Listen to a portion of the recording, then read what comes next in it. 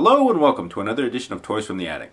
For today's episode, I thought we'd take a look at a Generation 1 style mini soundwave. I'm really not kidding. This is Soundwave. Okay, I don't think I need to get into any of the history of this character or the franchise that he comes from. Any Transformers fan worth his salt should know who this is. Now this guy is rather small, so I'm going to try to zoom in so you can get a better look. Soundwave has always been one of my favorite characters, mainly because he has a bunch of little robots that could pop out of his chest to give him backup. But I've never actually owned any one of the Generation 1's versions of him. So when I stumbled upon this little guy at a booth down at Comic-Con, naturally I had to buy him. I've put this little quarter here so he could give you some size comparison of how this little guy is, but as you can see, he's actually really well detailed for such a small little character. I mean, he is one that the box had a lot of Japanese writing on it, so he was an import from Japan, and I just happened to pick him up at a booth. But he looks a lot like the original toy. I have seen the original toy that he's based off of, and man, is it for such a small size, it's really well done. Now, another neat thing is they actually transform, so it's pretty simple. With most little guys, you get the legs out here, fold the feet out. There we go. A little hard with my big hands.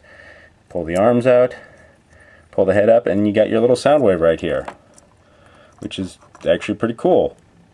But it doesn't just stop there. Like, actually in the actual toy, you can pull off his back to reveal his batteries, which were also his guns. So you can place one of the guns up here on his shoulder, like in the cartoon, or kind of hard with such a small little figure.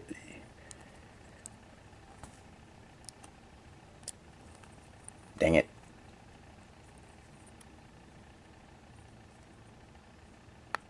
There we go.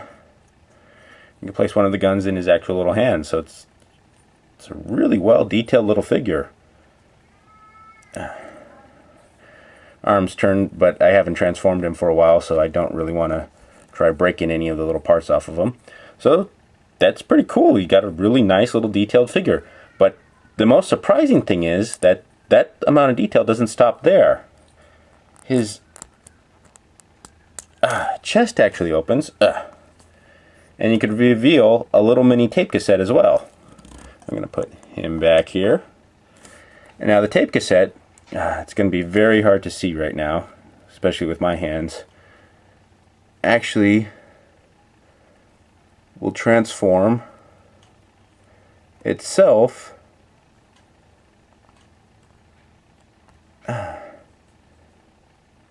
into what looks like a little mini Ravage.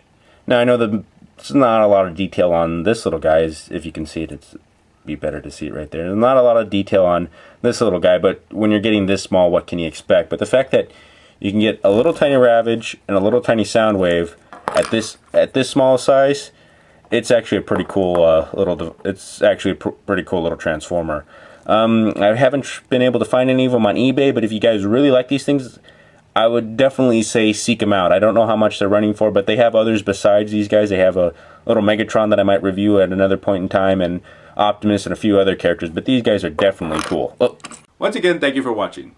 If you like what you've seen today, please feel free to subscribe or leave a comment below in the comments section. Any advice for the show will be greatly appreciated. Who knows, something you suggest may appear on the show in the future. See you next week, folks.